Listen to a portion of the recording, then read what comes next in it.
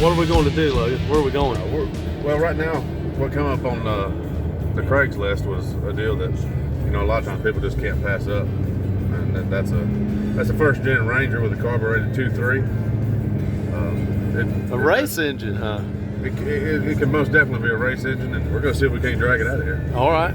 So we're heading down to Ecom Beach. We don't have a trailer, but we got a strap. Up there she is. Look at that. Oh, she's a gem. Look at that bull bar, push bar on the front. Oh gosh. Does that come with it? I'm hoping it does. That's obviously a cattleman's truck right there. Look at the camper with howling wolves on it. All right, we're picking up our Ranger. Got a little flat toe going on. Yeah, we're saving them one at a time. She's absolute gem. We just got to get a clutch put in her and she'll be a runner. It's got kind of a special motor in it. You don't see these a lot. This is a rare edition. And it's got the old 2.3 carb. That's a 4-plug head. They run these motors a lot at the racetrack. So, you know, built up, this motor could be worth $5K. So we're gonna take this motor out and get it dolled up for the dirt track and put something a little bit cheaper in here. So we got a lot of parts. We're trying to get back to the rock shop, but let's take a look at this Ranger first. It's got a pretty slick camper shell. Nice steering wheel cover. It's got some really nice custom door panels. Really nice, huh? They're made out of wood. Someone did a really good job. Put some camo inside here on the dash. But I got a bunch of parts we're gonna try to put in her. That's an old F350 Sterling axle. Got some disc brakes on it. We're gonna try to get that shoved in there. I'm not gonna tell you what's under the cover there, but we're gonna try to put that drivetrain in there too. All right, we're back in the Slater Rock Shop. And every time I go to Marietta, everybody's asking, where's the Ranger? What are you doing with the Ranger? We want to see the Ranger. We don't care about your Land Cruisers or your land yachts or whatever else you're working on. We want to see the Ford Ranger. So finally, I got the four-wheeler out tonight. I got my wife to drag me in here. And we got the Ranger inside. But we've got a little teeny tire on it. And the goal is to go from that tire to this tire. So yeah, that's a big difference. We're going to try to get a 37 on here, and if you stay tuned, we'll show you how to do a 37 on an 83 Ford Ranger, and it's going to involve some Super Duty axles.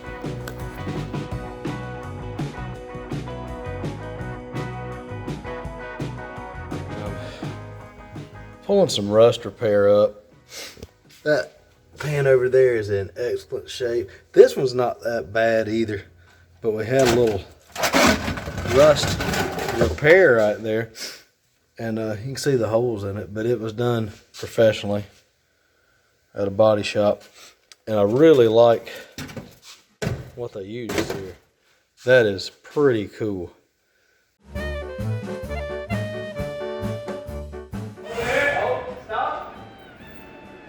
Stop? Yeah. What's up? Just a connection. What are we missing? What it is usually is these connectors. It's not that. It's just C's right here. If you put it up in there and pry it out, even if it cracks a little, it's nice. They just get seized up in there. For everyone I fought.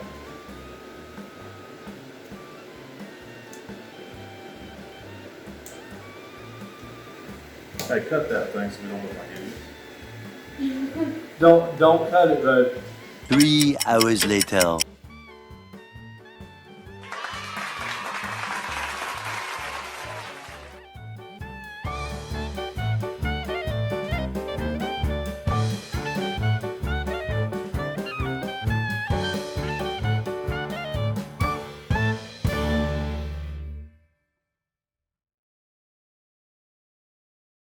All right, we've got her stripped down to the chassis. Just took the front axle out. Wasn't too hard, just a couple of bolts to pull out. You get your big bolt right here out, and then get the other one out right there, and had a couple of bolts and a few rivets, and you're just bam on the ground. A couple shocks, and got a whole axle assembly out. We're gonna get rid of this wicked old twin I-beam. This is good for racing, but we're gonna go to this, get something in there for hauling. That way when we're hauling the cattle around or doing any kind of farm work, we'll have a good Super Duty axle under there. Pretty thin spot there, but I think we could put a little putty or silicone on that and kind of cover that up. It'll be fine. It's not really in a structural spot there. Not a big deal. Got our old shock mounts off. Got to do a little work right there. And then we'll have this thing ready to put some leaf springs on. So we're working on a cross member here for the front hanger mounts for these leaf springs right here. So I'm gonna put the shackles up front because that's the way Jeep does it. You know, it's probably gonna cause electrical problems, gauge problems, but we're gonna do it anyways. So we'll put this joker somewhere right in here to match up with that. So it'll be hanging off. Using an old Hobart here, put some welds on her.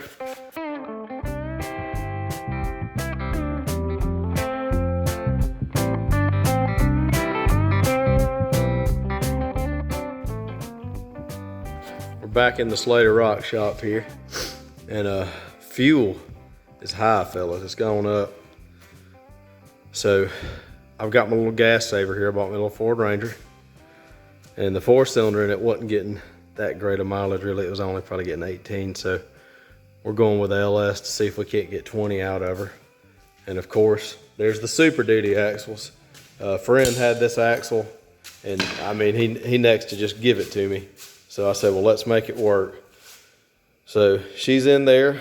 We've welded in some brackets here to put that short shackle, and I like that short shackle. I'm hoping for good stability on the highway, and it should still flex decent with what we got going on. So we got the front hangers made, and now we're just gonna have to, don't pay any attention to that hole in the frame. We'll fix that later. Now we got to build something off of the frame here to hold the main eye. But the pumpkin's looking pretty good here. Should have plenty of room to flex up in this little area. So I'm liking what's going on. So stay tuned, and we'll hopefully have some back brackets built and get the rear end stuffed in there, and we'll be ready for the frame and everything to go to powder coating and sandblasting and have everything mint. I wear a spare hard hat. I can ride road, a hammer and paint. I do things with my hands. I don't even remember what the hell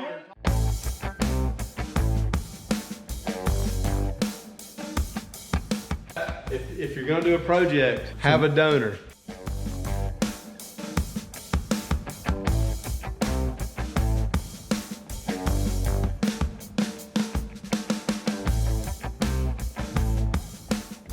That's good. That's all good. It's all gravy. And then we got termite damage right here. Man, the rats got into that. We got 4-wheel boogie up here helping us, and Stokes from his garage. He come up here to spend a little time with us. And in about 5 minutes, they've gotten the axles in for me, put the tires on it. So just a little help with some friends. We've got the 37s on. There's old Super Duties. Got the Sterling back here. That's a Chevrolet 56-inch K20, K30 spring. Fit great on the Ranger. And we're using a Chevrolet shackle too. So it's really got the lift and the clearance it needs to get in the woods. Still got a little frame repair to do back there. But man, what a gem.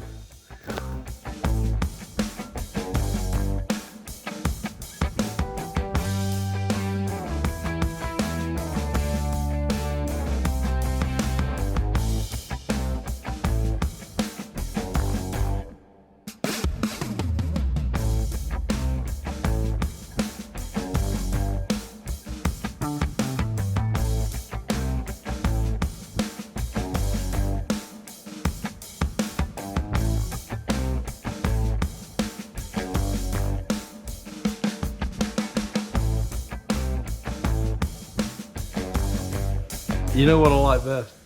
What? Is when I called that old man, said, "You still got the Ranger for sale?"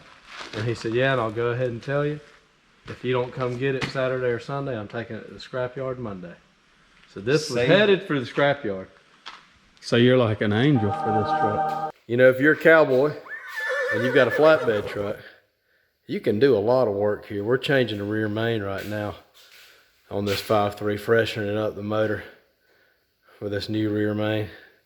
It might as well call it a rebuild. We're putting a rear main in it, so we're going to have this one rebuilt. New rear main still in it. All right, back in the rock shop again. We got her hanging from the rafters. You know, I don't know if it's rated for that, but it's holding on.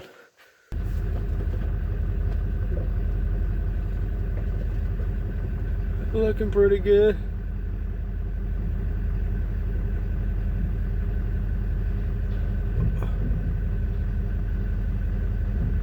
Almost there. Moving a little. Okay. We got it. I was showing how we're going to put it on the flatbed, and then we're going to park it in the front yard so the neighbors can see. We'll pretty much see that we got money. We've managed to get the cab out. It's on the old flatbed. So we got a Ranger cab sitting on a 2500 HD frame. That's pretty cool. That was a pretty simple swap there. A little bit harder what we got going on here, but we're trying to make something happen. We got the chain hoist hooked up here. Got our motor mounts. I can't remember where we got them from. I think it was Oddball Motorsports, but they make them for the Ranger. So we've got another little piece we got to weld in there. Another piece we got to put over here. But I'm thinking about maybe putting it back on that and rolling it up here, because it's not the most sturdy thing. But you know, we'll figure something out. But it's getting late. We're going to call it a night. But the LS is sitting in the frame now. So progress is being made. It won't be long, and we'll be letting the horses run. We've made a little progress today. We've got the motor sitting in here. Got the trans in there. There's the old Bruce Jenner. Got the MP241. And what I like about this build especially is things like this. Friend Andy, he just gave me this T-case. And it's an 88 to 99, but it bolts right to the 99 to 06. So thank you, Mr. Chevrolet, for making something that just goes together. Because I know a lot of the Fords, Rangers, F-150s, you'll have a 96 F-150 and you go to the junkyard and you'll get a part off a 96 F-150 and you'll get home and it won't fit. So that's always a pain. So I like how Chevrolet just kind of keeps the same thing and makes it easy to put everything together. That's, you know, one of the reasons I'm putting this motor in here, because, you know, you can find all this stuff in any trailer park, junkyard, any rural area where there's people around with a little bit of sense to them. They're going to have Chevys and GMCs sitting outside. So I like putting GM parts in any build just because you can find them, they're affordable, and you're not going to break the bank. Got this cross member in. I kind of like it. Hangs down a little low, but we ought to be able to build a skid to protect that. So that's just out of a 99 to 06 stock 4-wheel drive one. Still got room for the drive shaft to come on down and get down here to that Dana 50 Super Duty. And I think we're going to try to just leave the old stock T-case alone and not spend, you know, $2,000 on the slip yoke eliminator. And this one, I think, is out of a 94, so it's got the VSS that'll work with the computer, so that's kind of cool too. Well, it's another late night at the Slater Rock Shop. Got the body sitting on her. Got the motor sitting in her, and there's enough room for an electric fan and a radiator. Got plenty of room to run exhaust. Probably try to find something that'll dump around here and just run it out on that side of the frame rail, because there is a ton of room over here. I like that. Plenty of room for the tires to come up. And I wanted to run that Ranger gearbox, but I moved the front end up 5 inches, so the Ranger gearbox was sitting back, so the steering geometry wasn't quite right anymore. Had to weld on some plates where those rotten mounts were. So we got a brand new body bushing right there. Got that from AutoZone.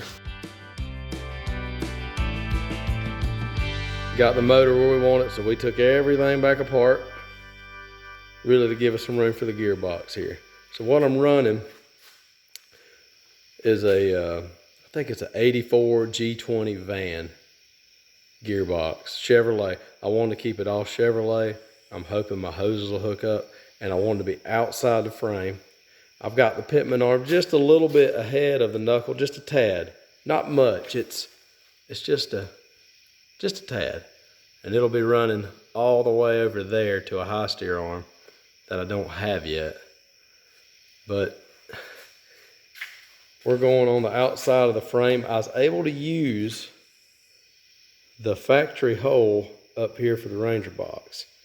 I wanted to access that. So I'm gonna be putting some plates to fill this gap. I'm gonna be welding a plate in there, and then I'm gonna be welding a 5/16 plate over here too, because Chevrolet box has a little hump there. So I'm gonna make some plates to weld in. But that's what we're using, the old G20 Chevy van box. And I had to go with that mainly because I needed it to steer to the right, and that's going to the right, and to the left, and that's going to the left. Because the other boxes are designed to steer backwards with the pitman arm facing that way. Like I believe the C10, C20, and the K10, K20. So I had to get one for a van. So I'm hoping the ratio and all that will work out pretty good.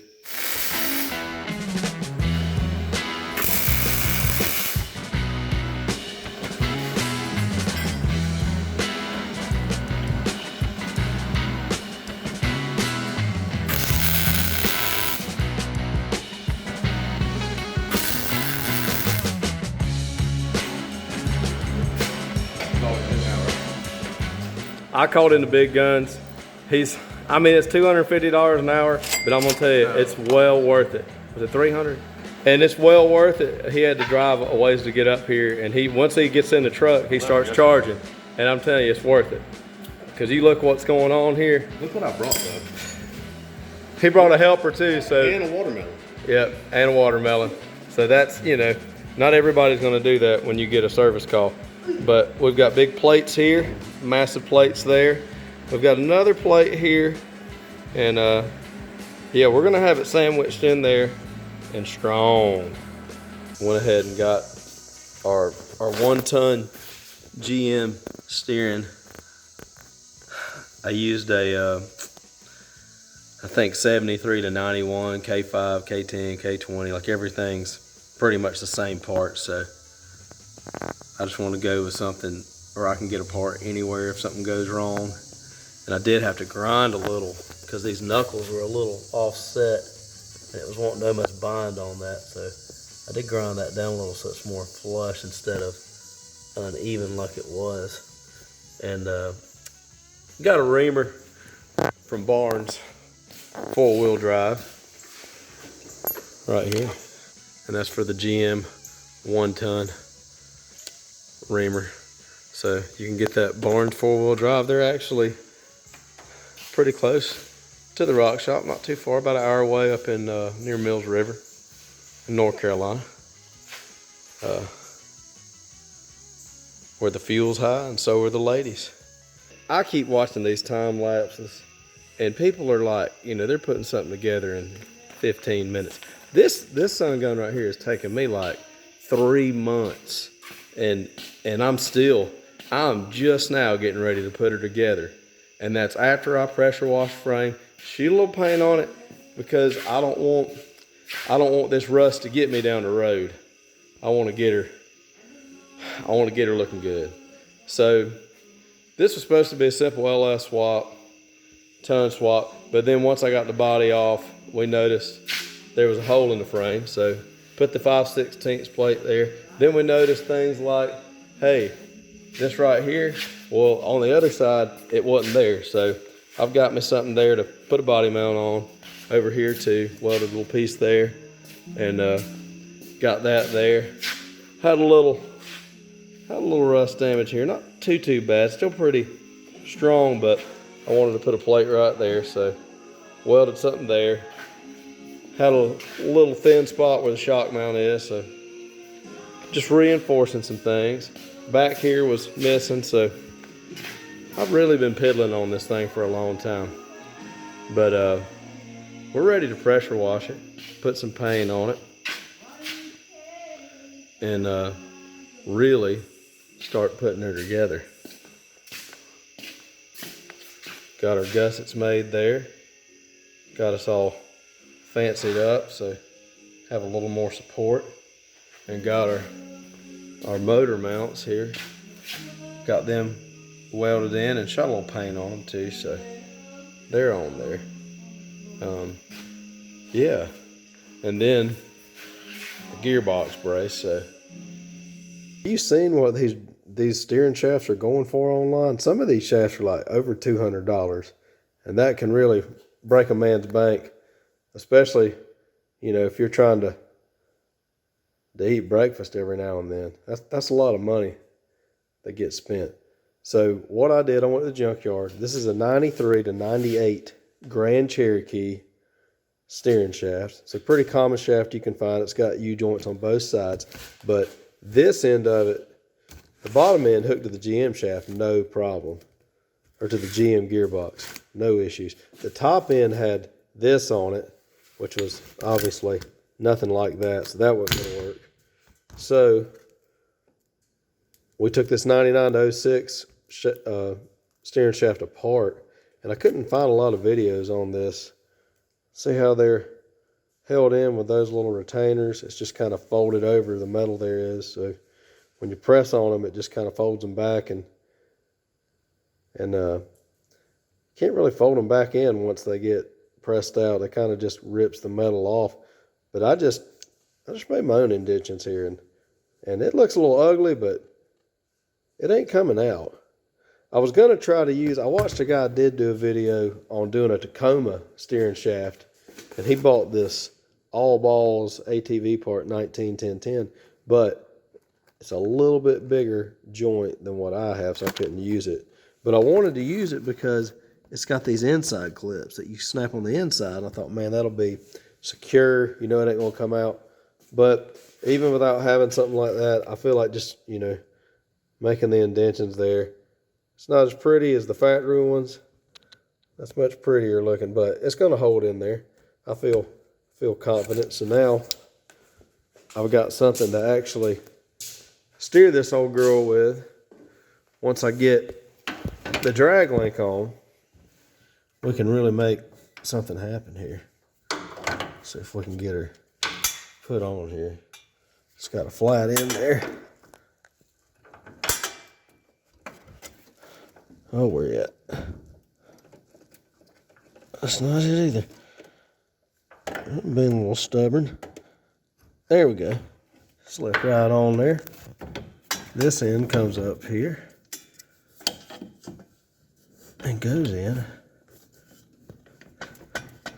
there. So I don't have it all the way in, but it'll clear everything there. I'm probably actually going to cut this back just a touch so it can go in even further and just make another hole, maybe cut it back behind that hole, drill another hole in it, and have that not working at such a steep angle. But it does have full range of motion right there. It can go 360 degrees, no problem.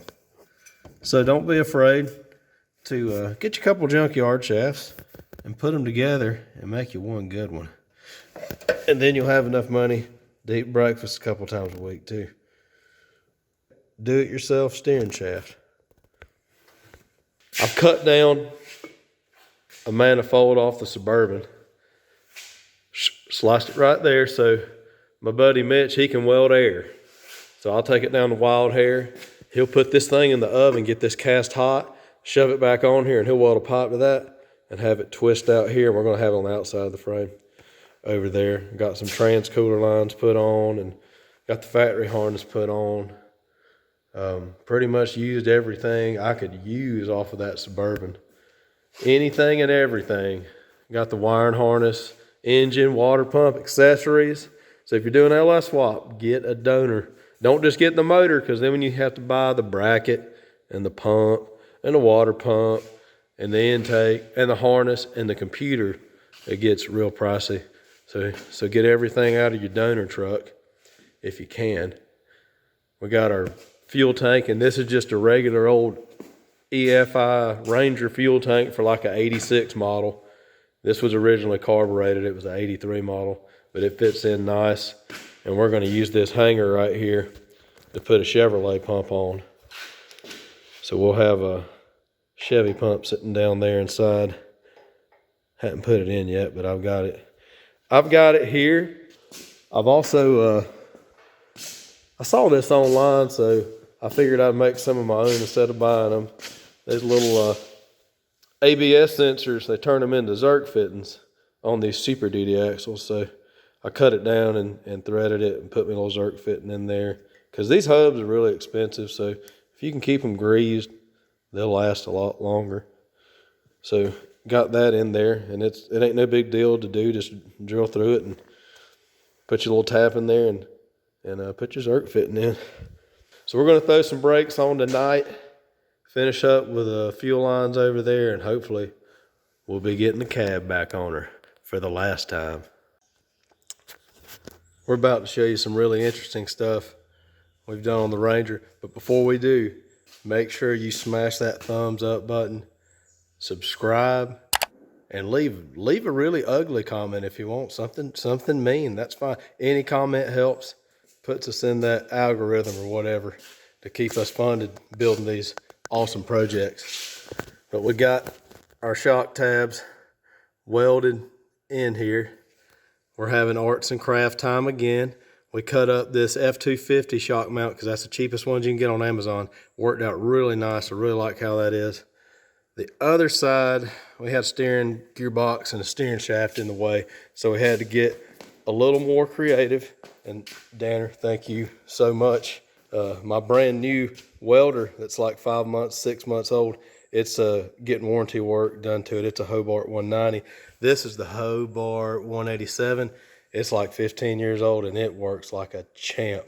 So thank you, Danner, for helping me out here get this project done. Because I just lacked a little bit of welding, and they told me 5 to 6 weeks, but they're fixing it, so whatever. But I had to come at an angle on this one because we had gearbox and the steering shaft, so I got just enough room, clear that shaft, and cut that down. So we got the shocks put on. There's our old drop pitman arm. We've got our steering arm over here. I went ahead and reamed it out for this GM tie rod. I've got some 1.5 DOM. We're gonna weld those rough stuff bungs on there and just use some regular old GM tie rods, keeping it as GM as we can. So whether we're in Washington State or Florida, you can find a O'Reilly's or a AutoZone or a Vance somewhere that have some parts. But we're getting a lot closer now to just having this old girl done. Okay, we finally got the Ranger rewired, tapped into another wire, got the computer back in. I did put a Ziploc bag on it because this is a place where water might run down, and I've got her encased in that bag. That way water's gonna run off of it and not get caught in any of the seams. But this thing hadn't ran in I don't know how long. I think I really started on it in May. It's December, but we've done a lot in that time. We got our Super Duty axles on, we got our LS in, so we're ready to try to crank it. So I think I got everything right. Got the belt on, no air filter right now, but that's okay. We're in a clean shop. at Slater Rock Shop. So let's see what the old gal, but let's see what the old girl does here. I hear the fuel pump. That's a plus. Oh.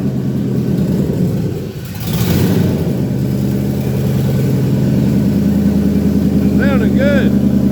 Yeah. We like that. Horses are running.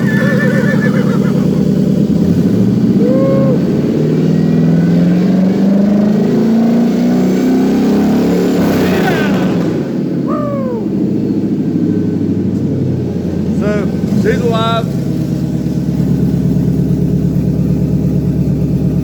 Sounding good. Let's see if we got oil pressure. Oil pressure gauge, not quite working. Temp gauge, not sure what's going on. So, to figure it out. Fuel gauge is kind of working. We just have a few gallons in it. Oil pressure. I'm gonna shut it off because I don't know if that's telling me a lie or not. But yeah, she's a runner. That's a good way to wake up the neighborhood on a Friday morning. If they are running late to work, they're up now. So it's pretty exciting to know she's gonna run now, so I can put a shaft in her and get her down the road. Okay. So it's 8 in the morning. I just did my first soft start on the old Ranger, and now that prompted my wife to come out here and film me because it woke her up. So it's sounding good. She said it sounds really good. I heard it. I was sleeping. I thought, man, that sounds really cool. I want to see what's going on in the shop. But I wanted to do a quick video just to explain. This has been, a year-long process for me. But what started it all is I wanted a small truck to go off-road in and have fun in. And I thought, man, Toyota would be cool to have. And I was looking at like a 85 4Runner that was falling into pieces with body panels coming off, rust bucket for $9,500. And it had, 22 RE, little straight axles. You need more gear to run big tires. And I'm like, so I'm gonna pay $9,500 to get a 4-cylinder and little teeny axles? So we're under 5K right now. We're under $5,000, and we've got Super Duties. We've got LS motor, 4L60, a good MP241, a really strong limited slip, 373 gears, some decent stuff to turn these tires. So that's pretty exciting to stay under 5K. And also, the Ranger, people give these things away. In fact, the guy had it for sale on Craigslist, $350. He said, if you don't come get it, I talked to him on Friday, and I said, I want it, I'm gonna get it. He said, well, if you don't have it by Sunday, it's going to the scrapyard Monday. It's getting out of my yard. So I bought this for $350. I sold the 4-cylinder and the transmission for $350. So, and someone else is using that. So I like to take things that are about to waste away and be pushed away and not used and make use of them. So I think we're gonna get a lot of use out of this, have a lot of fun with it, go wheeling in it, and maybe even drive it to work. So stay tuned for some wheeling videos when my drive shaft parts come in next week. Hopefully we'll do like a hard opening. We'll have a hard opening for the Ranger. Well, it's late January 2023. So it's been about a year since I purchased the Ranger. I finally got it together. It's been a long process, but I called my buddy Chris yesterday and I said, what you up to? And he was like, I'm at gymnastics with my daughter. I said, what's up? I was like, not much. I was just seeing what was going on. He was like, well, let me run. I'm here with her. I said, cool. So once I hung up, I knew he wasn't home, so I ran to his house and stole his trailer while I wasn't there. And we got the Ranger loaded up. And we're gonna take it to our buddies over at Wildhare Garage and Travelers Rest and let Todd and Mitch get a look at it and see what they can do with the exhaust. I'm pretty excited to see what they work up on her and get her quiet and get her spinning some wheels. Well, we've got the Ranger back from the exhaust shop. My buddy Mitch over there at Wildhare Garage really did a great job getting this stuff in here. He had to weld to that cast header right there, factory header, to get it to come up over the frame, and then ran the other one just real tight to the transmission to keep it off the ground and around. So I should have plenty of clearance. It's tucked in there. I should have plenty of room to stuff that tire in there. And then it comes down to a glass pack. I think I'm going to build me a little, it's even with the frame. I'm going to build something to kind of help let that slide over stuff, or I might leave it alone, but it's looking really sharp. It's tucked up in there. And then he had it run up real tight to the frame, so the tires still have room to flex into that 3-inch pipe. And then comes out here with a big 3-inch pipe, so it kind of looks like it's a turbo diesel with a big pipe sticking out there. Sounds really good. I think it's out of the way for the off-road action to happen, so I don't think I'll rip it off, so that's kind of exciting. But he did a real jam up job, which he always does. Everything I give him, he makes it better than what I was even thinking. So pretty stoked about that. Everything's out of the way, tucked out of the way, and it's even with the frame, so that's a good thing. So anyhow, we're almost ready to make this thing the daily driver. Few cosmetic upgrades. I still got to get a shifter in there for the transmission. I got a shifter for the T-case, just got to make something happen with the trans, and we'll be doing some creek crossings. Had some gearbox issues, had to put another gearbox on, but everybody's talking about shackle reversal. Everybody's talking about shackle reversal, and I've heard pros and cons, and I finally just decided, you know what? I had the shackles up front like a Jeep, and I said, you know what, let's take them off and let's put them in the back and just get a look at it and see what it looks like. And I'll have to admit, it looks pretty cool. It's definitely got my caster more right. It's pushed the front end back just a little, not too much. I still, you know, it's messed my shock mounts up. You can see they're a little off now. So I'm about to change that if I keep it this way, but I don't think I am. I feel like either way's got a lot of travel, whether it's they're up front or in the back. The problem I have with the whole shackle reversal is this. And this thing does have a lot of travel with the shackles. I really have a spring that's a little too long. I should have built my mounts a little different. But the problem I'm having is, if you look at that drive shaft, front ride height, that thing is pretty much bottomed out. Like, it's all the way collapsed. But I'm going to show you. Let's see if I can get a good shot here. I'm going to show you what happens when I lift this thing up and it gets its travel. So it's almost, yeah, it's almost too short. When I'm looking at it like that, if this tire comes up any, I feel like you're going to crack the T-case. But I'm going to show you what happens when I pick this thing up with a lift.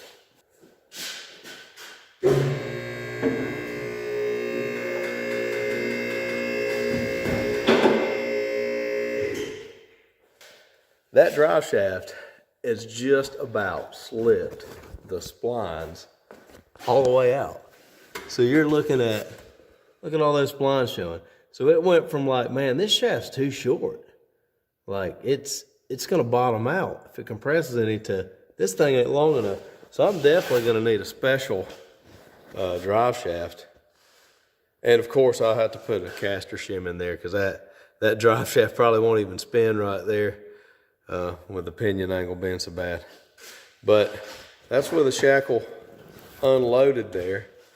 And like I was saying, I've really got the springs. I got the perches, the spring mounts a little too close together, but it does make for a lot of travel, so I can't complain about that. But I think I'm gonna put it the other way, just for the simple fact, I don't like the drive shaft traveling that long.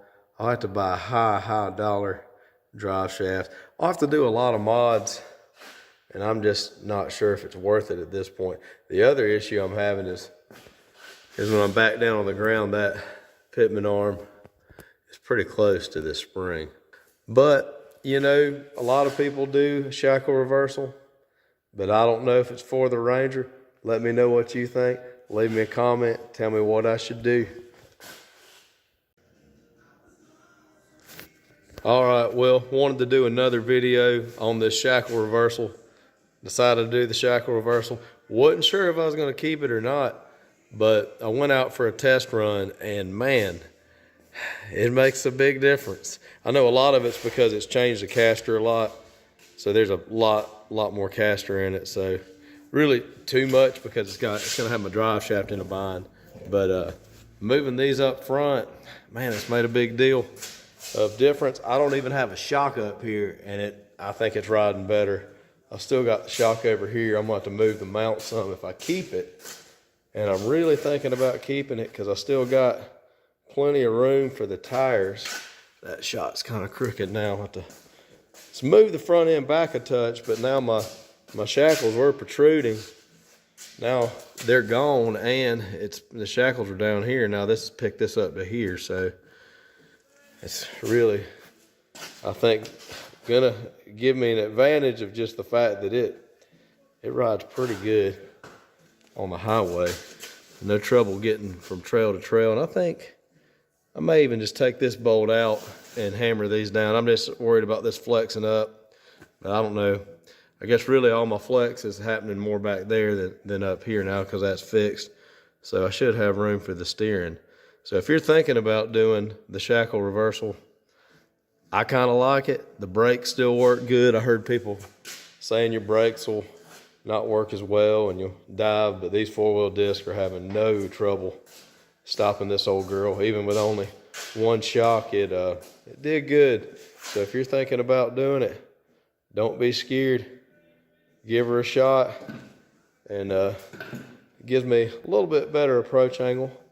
Still got that a little bit ahead of it, but you can see that tire's gonna hit a lot of obstacles before that does. So I'm a fan of the shackle reversal. It does feel nice on the road. I'll give an update when I get it off-road and try to compare it to what it was doing. Woo! All right, we're working on our custom shifter here for the Ranger. So I've got a big steel plate I'm gonna put over that and use these holes right here. I'm gonna take these bolts out, set this plate on it.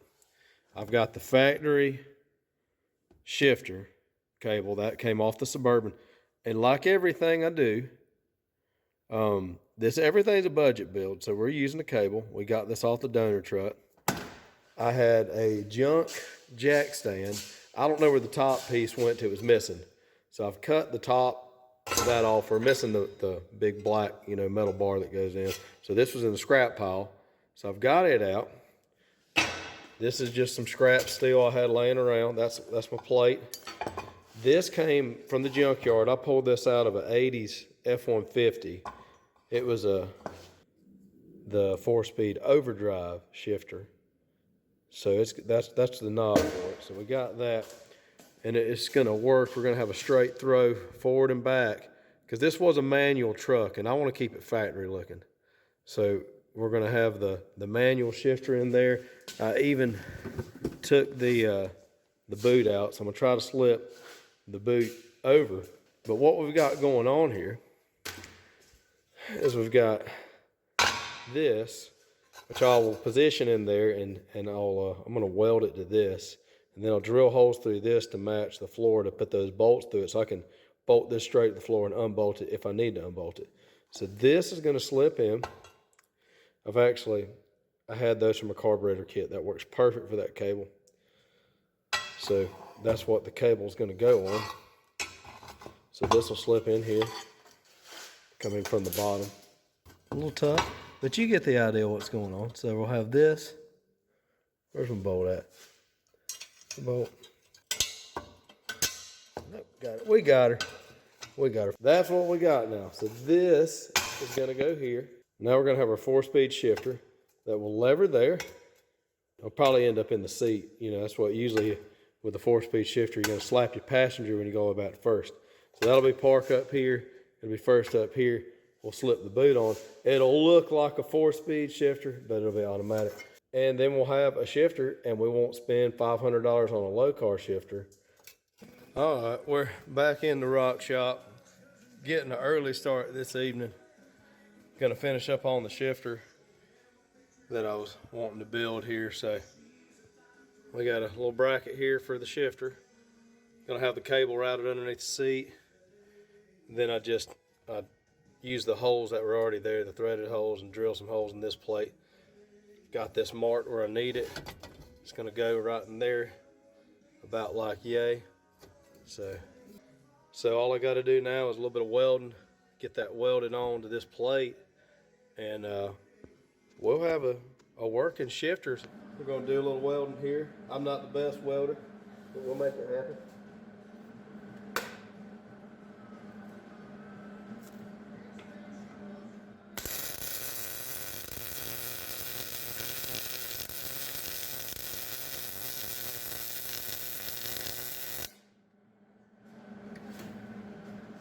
Oh yeah!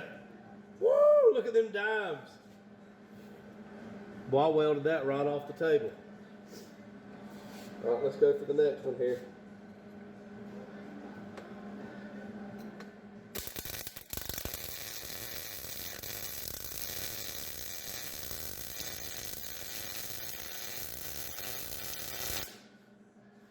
It's just like art class. I was never good at art either. But we got them welded on. She'll hold.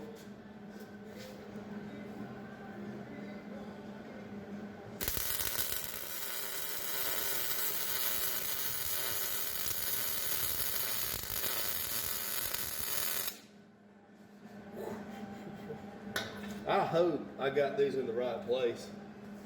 If not, we're gonna be in trouble. But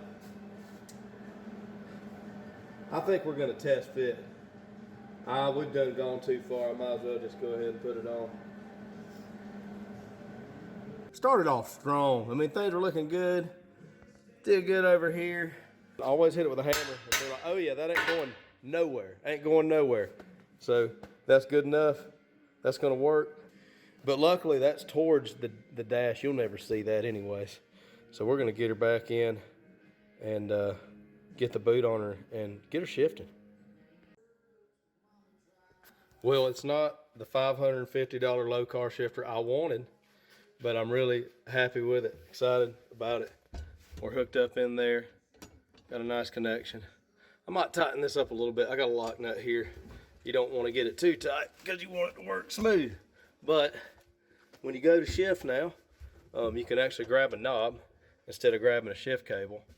And it's got all the gears. You got reverse, neutral, drive. That's really overdrive. Drive, 2, 1.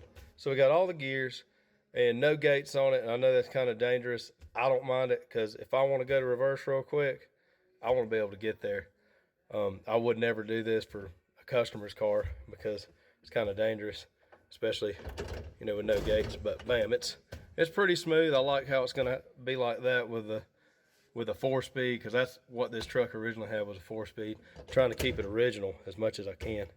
So dream big, and it's okay if you don't have $550. You can make you something. That was junk. That was like $9 from the junkyard, and that was just some extra plate I had. So it worked out pretty nice. I did have to buy that off the Amazon because I needed that bracket because I wanted that to snap in correctly. So she's in there. I'll put the boot on it too, and we'll get a look with the boot and see how she looks. So now we're really looking like we got a manual in here with the boot on it.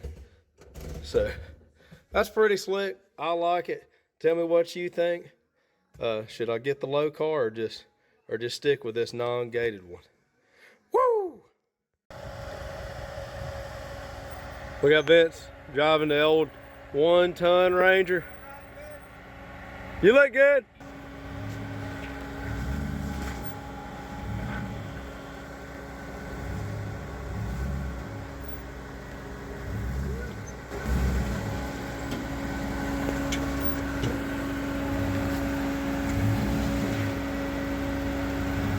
You got the rear, turn the rear locker on, she'll bump over that.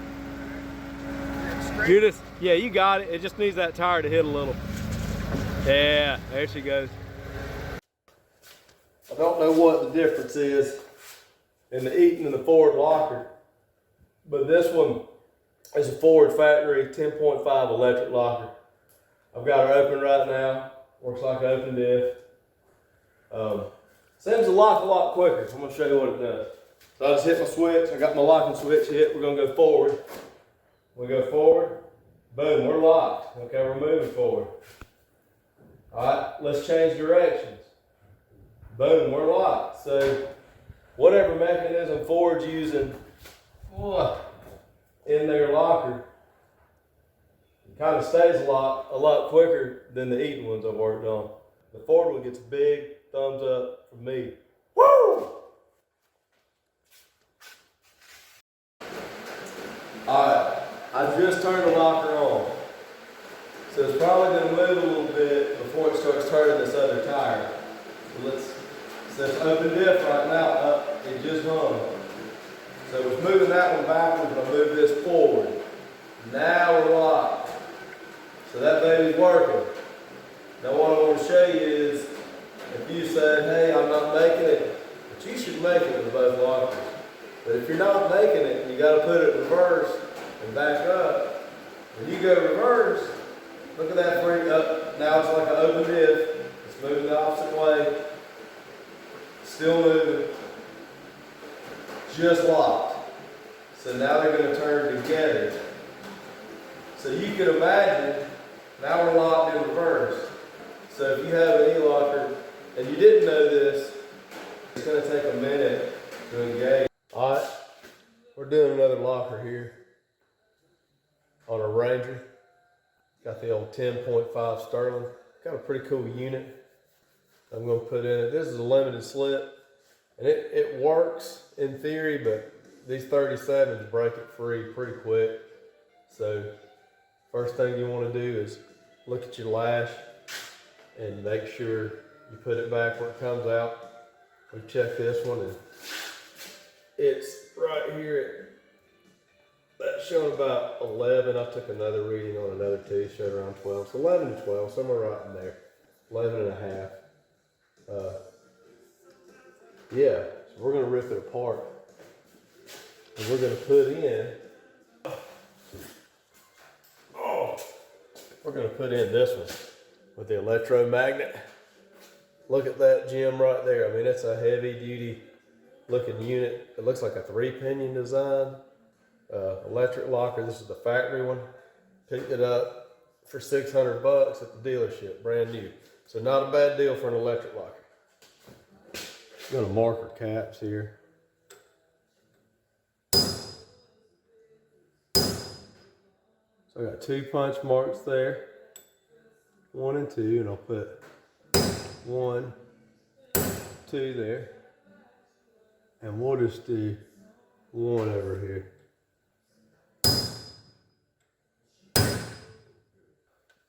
I got the caps loose. Probably ought to get the hubs out, or the axles out. Yeah. Got it. Alright. About to give it a little tap. Easy now. Might get to use the old claw. Look at there. Making a mess already. And check your bearing. Ooh. That ain't good. We're going to have to tighten that one up a little bit.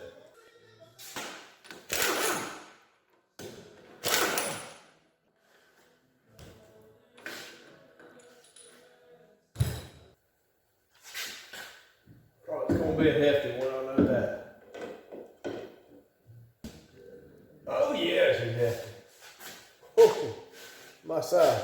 Oh, if we get lucky, man, I'd love for these shims to work out. Hopefully we'll get lucky.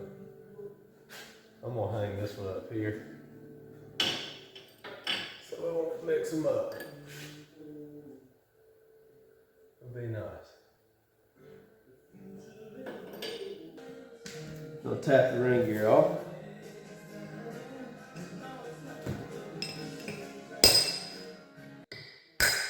shouldn't wake anybody up. Got 'em. This is my truck, so it's budget build. That means new bearings, because we're not going to take them off as a carry. But the old races, there's nothing wrong with these races. Got a good national bearing, and always press them on with the race, because if you don't, you'll damage that bearing.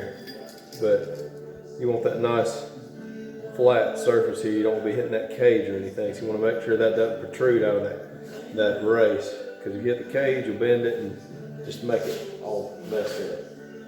We're going to get it pressed on.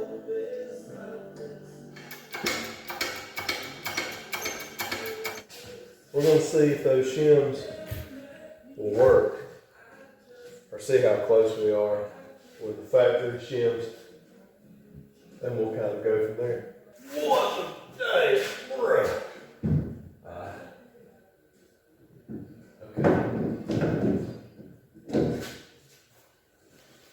I think I can hold her in there. Okay, I got it. Yeah. Okay. Screwdriver on it. That usually helps pretty good. Alright. We got one shim there. We'll see what happens. I'm gonna tap it the rest of the way in the brass. I heard. Keep my fingers crossed. There's some lice in it, so we'll torque down the caps and see where we're at. Maybe we'll get lucky. Alright, let's see what we got. I know you're not going to be able to see this. Man, you know, even the losers get lucky sometimes, but we are, yeah, we're smack dab on 11 thousandths. So we got lucky and the factory shims work, so I got to fool with a bunch of shims. Then I'm gonna leave it right there for now and get back on it in the morning. Well, we finished up this morning. Got our cover back on. Got the wiring put in right there on that vacuum tube. Did a barb fitting with an 1/8 MPT thread pitch. Just tapped it right there in the side of the housing. And ran it inside that 3/8 vacuum hose just to make sure water stays out of it. So it's just tied in with the diff breather and all. And put a ground on the frame up there and then a power wire to the cab. And she's all wired up. So it's simple as that. I just cut the factory connector off and hardwired it. So she's locking and unlocking. And we're kind of, you know, incognito. Got it disguised. I'll just tell people, man, the LS is putting so much pressure in this rear diff. We had to put 2 vents on it. But she's locked up now. So we're just about ready to go on a test run. This is a 1-ton Ranger. All right, we got Chris driving the 1-ton Ranger here. Oh, it's a little bouncy with the 3/4 ton springs. We got our shifter done. I'm pretty proud of the shifter. Oh yeah. Happy with it. It's good. We're riding through east of Toey Valley, where everything's $1 million. You can't buy nothing here that ain't $1 million. I know, I've looked. We're just taking a little joyride. You brought the big rig tonight. Well, I wanted to sort out some problems. Okay. We had some electrical issues and some overheating issues. But if you'll look, I put in some FJ60 Land Cruiser springs, and it's been doing great. So we'll try it out and see what happens. Let's get a shot from the front of these springs here. Because it had the YJ Wrangler springs, and I think that was part of the electrical issue, and maybe even the overheating issue. Yeah, well,